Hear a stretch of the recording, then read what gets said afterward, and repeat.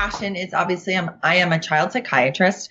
I am a assistant clinical professor at NYU, where I finished my child adolescent fellowship, and I started practicing. And I started also at St. Vincent's. That's where I did my adult training in psychiatry. And there, it was just at the end of the HIV/AIDS epidemic, and St. Vincent's was the hub for all of these gay men who had, contracted the disease. And I worked on that floor for a long time and came very close into contact with these people going through so much, and struggling so much and suffering so much. And working with that community, I developed a real appreciation and love for their plight.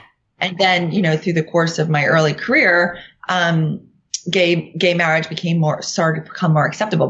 But when I was growing up, it was not a thing. Nobody talked about it. Gay parents it was frowned upon for them to have children. And, there was a huge amount of stigma. It's changing so much now, which is wonderful. That I developed a little bit of a bee in my own personal bonnet about how do I help be a part of the healing process of our culture, realizing that parents, no matter where they come from, if they want to be parents, are going to be great parents. And then I started reading the studies about the single-sex women, the Goldberg studies. I don't know if you heard about her, but she did all these studies normalizing same-sex women parents.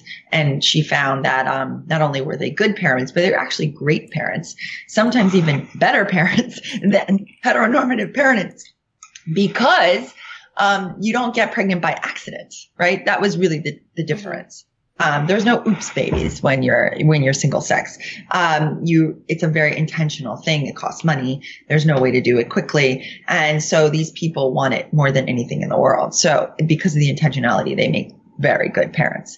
And in all cognitive tests and all psychological adjustments, and their kids are more likely or less likely to choose a same-sex relationship when they get older. This kind of idea that people had back then, like you were going to make people gay, which is totally false. We know, but this was what, I kind of grew up with.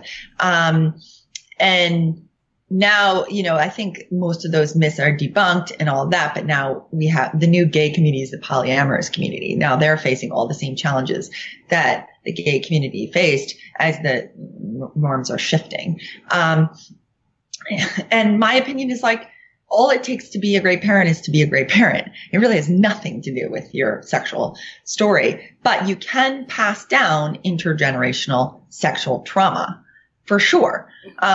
And that is something that my book really, I try to address in the book, which is that it doesn't matter what kind of sex you have or what your preferences are.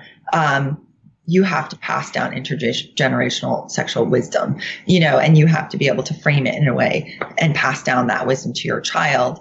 And you can say too much. You can disclose too much. You can mess up your kids if you bring them into your sex life in an inappropriate way. But it doesn't matter, that can happen to anyone regardless of your background.